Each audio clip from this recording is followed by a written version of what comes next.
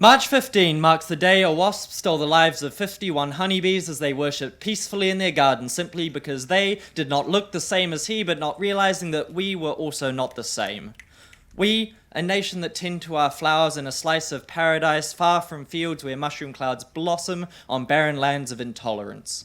We, a nation small in number who raise our hands to help those who begged for refuge, only to then bury those people beneath our soil. May they rise again as flowers that we may all worship together as one hive of many colors. To the wasp, an invasive species not from this land, I long to hate you for what you stand for, but I can't help feel you're somehow familiar. That fear and intolerance entranced by the lightness of a yellow back, losing sight of how black your stripes had become now.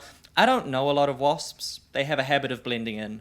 But I know a lot of bees, many friends, family, and I know myself.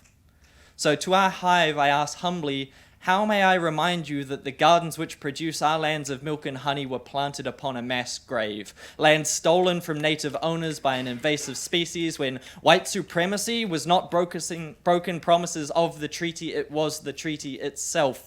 Our problem is that white supremacy is not the wasp within our hive, it is the wax, maintained through actions and inactions, like when a student's dressed like a terrorist party involves a tea towel but never a skinhead, and their friend who knows better but not wanting to cause a scene stays silent and in doing so kind of blends in.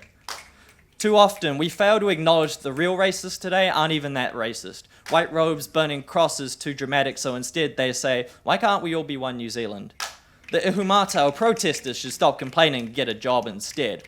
Or simply say nothing, drowning our minds in the buzz until we're convinced that the division is not what this country is about.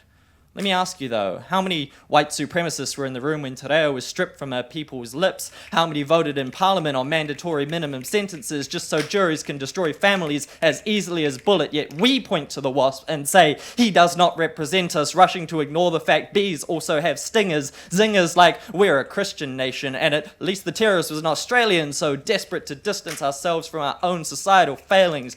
But friends, the old wax is decaying and we need to rebuild, rethink how to reconnect communities in a new world of extremism and digital isolation to cure the sense of fear and frustration fueled by media manipulation before the next person reaches for a tool to impose their desperation on perceived invaders.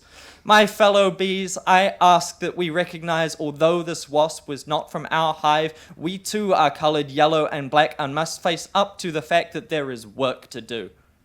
The first step is to admit there is a problem and not turn away from hate speech, but meet it with greater speech, conquering evil ideas, choosing the strength of love, never bowing to fear, conquering darkness with light in this black as of ours, and lest we forget our 51 flowers.